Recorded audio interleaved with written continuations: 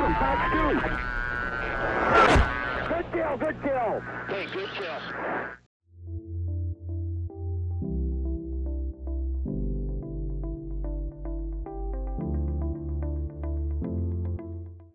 The Lockheed SR-71 Blackbird was a long-range, high-altitude, Mach 3 capable strategic reconnaissance aircraft. Developed and manufactured by the Lockheed Corporation, it was operated by the United States Air Force and NASA. On April 21, 1989, SR-71 number 61179774 departed Kadena Air Base on a classified mission. At the controls of the reconnaissance aircraft were pilot Lieutenant Colonel Dan House and RSO Blair Bozick. Everything was proceeding as expected as SR-71 number 974 was climbing to its cruise altitude and speed. It accelerated through 3 times the speed of sound when suddenly the left compressor bearing froze. This in turn caused the immediate explosion and disintegration of the port engine. This explosion caused catastrophic failure and sent shrapnel through critical hydraulic lines. Needless to say, an emergency was declared. Lieutenant Colonel House managed to slow number 974 and even descend below 10,000 feet, with the possible intention of landing the SR-71 at Clark Air Force Base. But before this could be attempted, the aircraft became completely unresponsive. At this point, ejection from the SR-71 number 974 was the only remaining option. Once the speed was acceptable, both crew ejected from the now doomed aircraft safely at around 10,000 feet. As luck would have it, a Russian ship was patrolling the area of the ejection at the exact time of the ejection. Needless to say, the Russians would have loved to get their hands on 2 SR-71 crew and the wreckage of this notorious strategic reconnaissance aircraft they had tried so many times to catch up with as it flew around the borders of Russia. The SR-71 crew was reported to have splashed down about 300 yards from the coastline at Luzon in the Philippines. Some sources believe that by now the Russians were on the hunt for the downed crew and had joined the effort for the quote search and rescue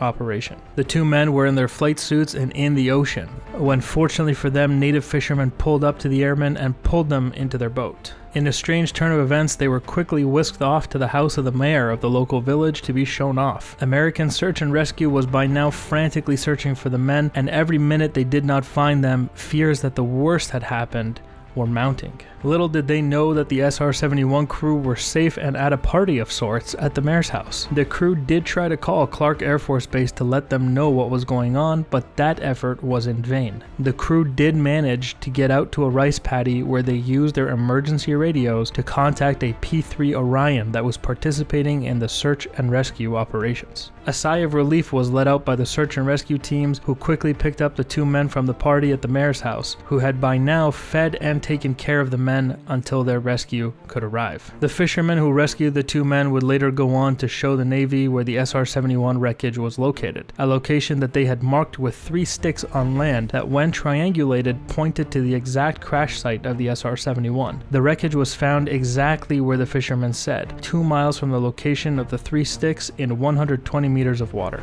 When 974 was finally raised from the ocean by the US Navy, the chemical TEB, or triethylborane, that was mixed with oxygen to ignite the engines, caused flames to shoot out from around the SR-71 when it was raised up out of the water. The chemical was used because it caused a high flash temperature to get the engines to ignite. This was needed because the fuel, JP7, would not light without this mix. The triethylborane was stored in special tanks to allow for up to 16 shots to start the engines when unstarts would happen, or to ignite the afterburners if needed. It's believed, due to the witness testimony and reports, that the aircraft impacted the water inverted. This was corroborated with the evidence, as all heavy components had broken through their upper support structures. After being recovered from the bottom of the South China Sea in 1989, the wreckage of SR-71 number 974 was moved to Kadena Air Base. The wreckage of 974 was placed back in the same hangar it departed on its ill-fated flight months earlier. It would be here that the Accident Investigation Board would conduct its investigation into the cause of the crash. After concluding that the cause of the crash of the SR-71 number 974 was a frozen left compressor bearing, the daunting task of getting rid of the wreckage remained. The wreckage could be turned in as salvage to the military's Defense Reutilization and Marketing Office. They would in turn sell it as scrap metal to the highest bidder on Okinawa. It could be transported back to the United States for the same type of disposal. Another option was to bury the aircraft's remains on Kadena. It also